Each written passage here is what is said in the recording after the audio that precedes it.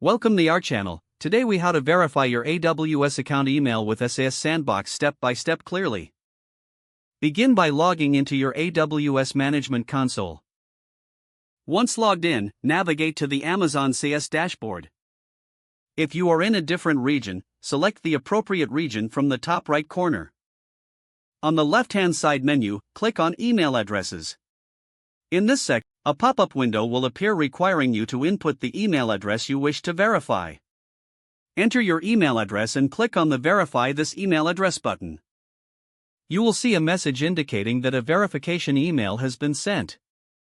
Check your email inbox for a message from AWS Simple Email Service. Open the verification email. Inside the email, you will find a verification link. Click on the verification link to confirm your email address. Once you click the link, you will be redirected to a confirmation page. This page will confirm that your email address has been successfully verified. Return to the Amazon SES dashboard. Refresh the email addresses list to see your newly verified email. You are now able to send emails using Amazon SES from this email address.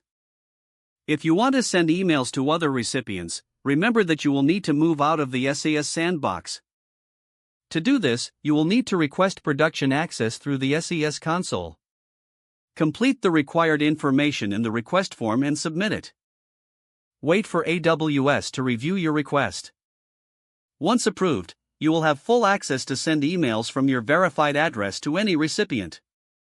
If the page does not load, refresh the browser or try again in a private or incognito window.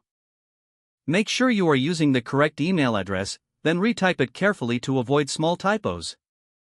If your password is not accepted, use the reset option and create a new strong password you can remember.